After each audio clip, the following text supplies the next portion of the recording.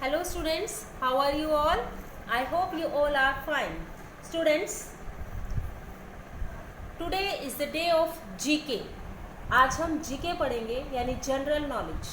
आपकी जो बुक है किडविज की, उससे हम अपने कंटेंट्स क्लियर करेंगे एंड उसके बाद हम अपनी GK की बुक स्टार्ट करेंगे। Then after students we also do along with this the current affairs and all these things step by step. Okay, now I will show you your book of GK. This is your GK book. Look at this, KidViz class 7. Next page, I will show you the next page. Preface and this one you have to go to content page. Okay, this is your content page. Okay, at first be familiar with this content page and then we will start our book. Okay, get ready for your book. Now students, be familiar with your GK book. Now we will start our GK contents. Students, सबसे पहले आप अपने contents देखिए. There are 6 units you have to do. One is language and literature. Other is environment around, world around, art and culture, math, magic, and last is sports and games. आपकी जो units बनाई गई हैं उसके according ही इसके अंदर जो content है. सपोज लैंग्वेज एंड लिटरेचर, आज हम यहीं से शुरू करेंगे, तो इसके अंदर आपके 14 पेजेस होंगे. ओके स्टूडेंट्स, और 14 पेजेस ही लैंग्वेज और लिटरेचर, चाहे वो हिंदी है, इंग्लिश है या कोई भी बुक है, उससे रिलेटेड, लैंग्वेज और लिटरेचर से रिलेटेड ही होंगे. क्लियर? तो चलिए अपना फर्स्ट चैप्टर हम शुरू करते हैं. First topic language and literature का, दैट इज़ माइंड पावर. देखते हैं दिमाग में आपके कितनी ताकत है. Let's see.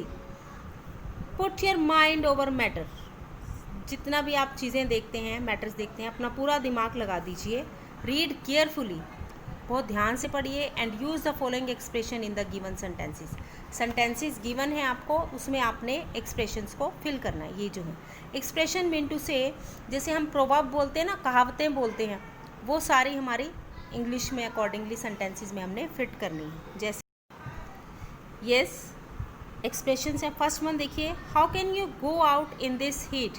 आप बाहर कैसे जा सकते हो. You must be out of your mind, मतलब हमेशा दिमाग के बाहर की बात मत करो. Clear? Out of your mind, दिमाग से परे, यानी सोचने समझने की शक्ति से परे बात मत करो. प्लीज़ हरी अप, जल्दी करो. And dash your dash about what you want to do. और अपने दिमाग को तैयार कर लो कि तुम करना क्या चाहते हो, यानी make up your mind. Clear students? यहाँ से आपने यहाँ फिल करनी है. आई एम वेरी बिजी, मैं बहुत बिजी हूँ. आई have a lot dash my mind. I have a lot, यानी कि मेरे पास बहुत काम है. जब आपके पास काम ज़्यादा होता है, आप बिजी होते हो. I have a lot on my mind. Next, please do dash as I have to leave the party now. अगर मैं ये पार्टी अभी छोड़ दूँ तो तुम बुरा मत मानना. Not mind. Dash all that you say can be use against you in the court. Mind you, all that you say can be used against you in the. जो कुछ भी तुम बोलोगे वो कोर्ट में तुम्हारे खिलाफ यूज़ हो सकता है, इसलिए ध्यान देना. Dash your dash think before you speak. बोलने से पहले सोच लो, यानी माइंड योर टंग. अपने जो सोचना है, यानी आप बोलोगे तो टंग से और सोचोगे माइंड से, यानी बोलने से पहले सोच लो. I mean dash to go to the US और टू ऑस्ट्रेलिया. मैं कन्फ्यूज़न में हूँ कि मैं US जाऊँ या ऑस्ट्रेलिया, यानी two minds.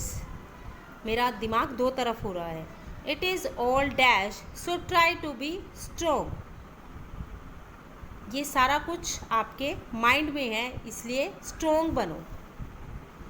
Dash of all the work he was doing his boss gave him a promotion.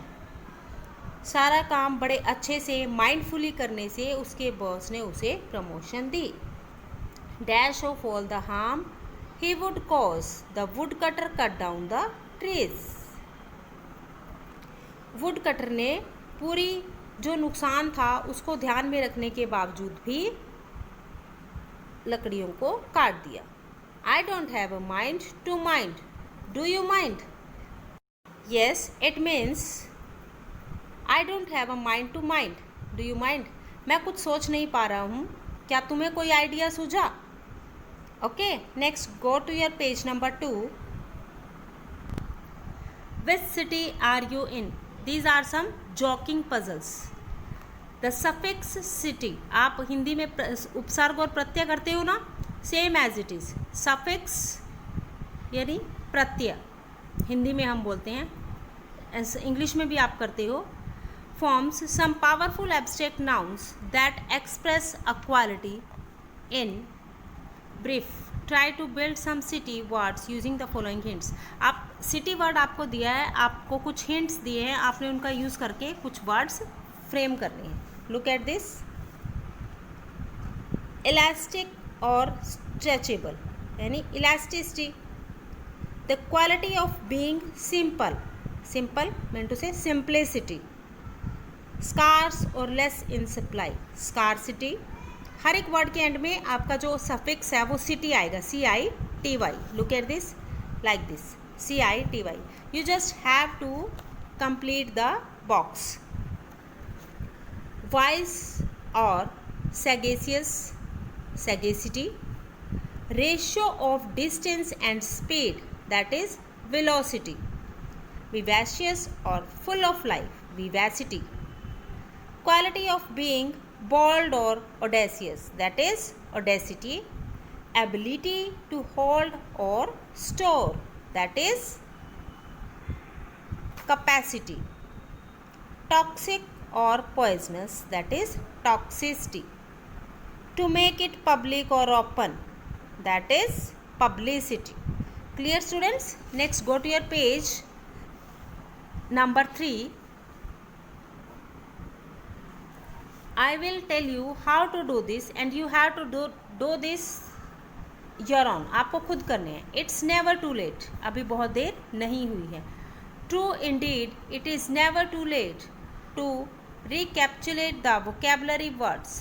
Vocabulary words. These are some vocabulary words which we can use and we are often using in our English words. So start off finding the words with late using the following hints. जैसे आपका यहाँ city word से आपने words बनाए, वैसे ही आपने late word से words बनाने हैं. जैसे कि fill in air. Yes, what is this? Fill in air. I will give here only 2 or 3 examples. You have to do all these your own. Okay students, and don't cheat from back page. Okay, yes, first one is fill in air, that is जो हवा से भरा हुआ, जिसमें हवा भरी हो, that is inflate. Okay, to tell किसी को कुछ बताना, that means relate, relate. Move like a pendulum, घड़ी का pendulum हिलता है इधर से उधर, that is oscillate. Clear students? Now you have to do it yourself. Okay, page number 3 is your homework. Next page, maze of words. Our speech has words that express our feelings in various ways.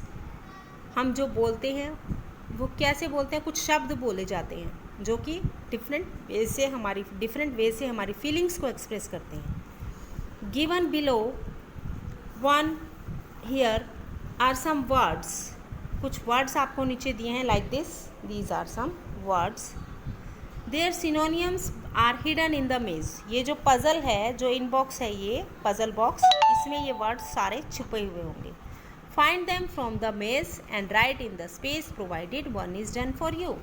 Like here first one is develop. Develop करना, किसी चीज़ को progress करना. Okay, then first hint is grow करना, improve करना, promote करना. You have to find these words from here in box. Grow. Okay, grow. Now improve. Where is improve? You have to find the first letter I. I is here. Is it improve? I be no. Is it improve? I am no. Is it? Yes, this one. I am PROVE, improve. You have to circle this word like this. Okay students, good. Next one is improve, grow and third is promote करना, किसी चीज़ की promotion करना. Clear. Now look at this, this is here is promote. P first letter आपको find out करना है, बाकी आपको खुद मिल जाएंगे. PROMOTE, promote. You have to encircle this word like this. Okay. Now I will tell you the words and you have to find yourself from this maze. Okay. Let's start. Next is speak. Next one is speak. Next one is speak यानी बोलना. बोलना mean to say gossip करना, talk करना and express करना, अपनी बात को बताना दूसरों. क्लियर. Next think, concentrate,